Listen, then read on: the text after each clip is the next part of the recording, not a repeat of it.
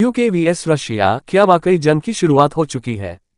फिलहाल यूके और रूस के बीच कोई सीधा युद्ध नहीं हुआ है, लेकिन हालात खतरनाक मोड़ ले रहे हैं। ब्रिटेन की सेना को हाल ही में वॉर फाइटिंग रेडीनेस यानी युद्ध के लिए तैयार रहने का आदेश दिया गया है। प्रधानमंत्री कीयर स्टारमर ने रूस से बढ़ते खतरे को ध्यान में रखते हुए रक्षा बजट में बड़ा इजाफा किया है, जिसमें न्यूक्लियर हथियारों का आधुनिकीकरण, सबमरीन डेवलपमेंट और म्यूनिशन फैक्ट्रीज का विस्तार शामिल है।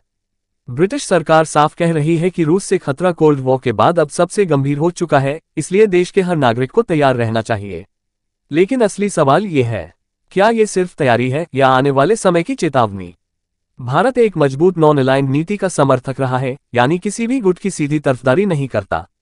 लेकिन अगर यूके और रूस के बीच तनाव और बढ़ता है या युद्ध की स्थिति बनती है, तो भारत की भू राजनीतिक चुनौतियां और अवसर दोनों बढ़ सकते हैं। आर्थिक दबाव, अगर यूरोप में युद्ध होता है तो कच्चे तेल की कीमतें आसमान छू सकती हैं, जिसका सीधा असर भारत की अर्थव्यवस्था और महंगाई पर पड़ेगा। डिप्लोमेटिक बैलेंसिंग, भारत के रूस से भी अच्छे संबंध हैं डिफेंस और एनर्जी सेक्टर में, और यूके यूएस से भी स्ट्रेटेजिक पार्टनरशिप है। ऐसे में भारत को एक संतुलित कूटनीतिक रुख अपनाना होगा, न ज्यादा झुकना न टकराना। डिफेंस ट्रेड और सप्लाई चेन, रूस पर अगर ज्यादा प्रतिबंध लगते हैं तो भारतीय सेना के लिए रूसी हथियारों और स्पेयर पार्ट्स की सप्लाई पर असर पड़ सकता है। ग्लोबल साउथ की भूमिका, भारत अब ग्लोबल साउथ का नेतृत्व कर रहा है, ऐसे में शांति और स्थिरता के पक्ष में भारत की आवाज अंतर्राष्ट्रीय स्तर पर और मजबूती से गूंज सकती है। जंग अभी शुरू नहीं हुई है, लेकिन दुनिया एक नए तरह के कोल्ड वॉर के मुहाने पर खड़ी है।